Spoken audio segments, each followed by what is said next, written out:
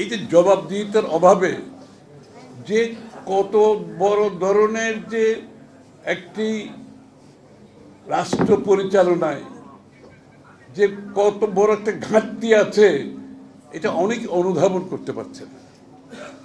এই ঘাটতিটা অনেক অনুধাবন করতে পারছে না। আমি যদি ব্যবসায়ীদের কথাই বলি, তারা বলছে যে আমাদের অবস্থা সম্বন্ধে এদের সরকারের কোনো অবগতি নেই।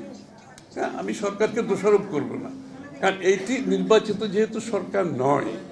অনেকে আমাকে জিজ্ঞেস করে আপনার প্রত্যাশা কি এই সরকারটা। আমার মধ্যে আমার কোনো প্রত্যাশা নাই, কারণ একটা অনির্বাচিত সরকারের কাছে আমি প্রত্যাশা করে কোনো লাভ হবে না, কারণ তাদের কোনো ম্যান্ডেট এসার জনগণ তাদেরকে দেয় নাই। সুতরাং তাদেরকে আমার কি প্রত্যাশা থাকবে একটাই, সেটা হচ্ছে যত তাড়াতাড়ি সম্ভব জনগণের মালিকানাটা জনগণের কাছে ফিরিয়ে দেওয়া, যত তাড়াতাড়ি সম্ভব বাংলাদেশে একটি গণতান্ত্রিক অর্ডার ফিরিয়ে এনে বাংলাদেশের মানুষের নির্বাচিত সংসদ সরকার গঠন করে যারা জনগণের কাছে দায়বদ্ধ থাকবে, জবাবদিহি থাকবে, সেই ধরনের একটি ডেমোক্রেটিক ট্রানজিশনের দিকে যাওয়া হচ্ছে তাদের মূল লক্ষ্য ছিল।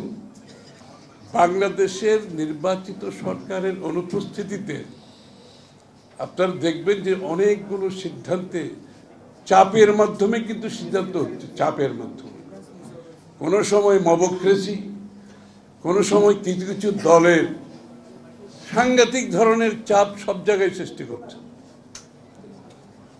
ওই যে আলাল বললো কি গাছ যেন, অর্জুন গাছ।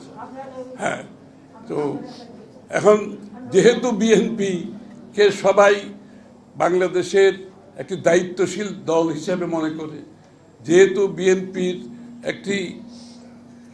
একটি সক্ষমতার সফলতার ইতিহাস আছে, যেহেতু বাংলাদেশ জাতীয়তাবাদী দলের নেতারা শহীদ জিয়া, দেশনেত্রী বেগম খালেদা জিয়া, তারেক রহমান গণতন্ত্রের লড়াইয়ে কোনো ধরনের আপোষ না করে শুরু থেকে শেষ পর্যন্ত চালিয়ে গেছেন।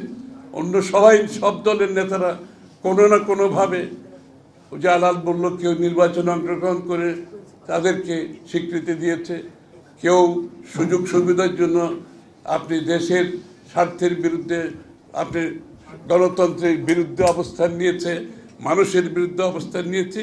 একটি দল যেটা কোনো ধরনের আপোষ না করে শুরু থেকে শেষ পর্যন্ত এখনো পর্যন্ত গণতন্ত্রের লড়াই অব্যাহত রেখেছে।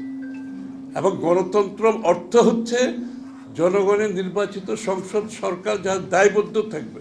সুতরাং বিএনপির কাছে দায়বদ্ধতা হচ্ছে অনেক বড় বিষয় কিন্তু আমাদের কাছে।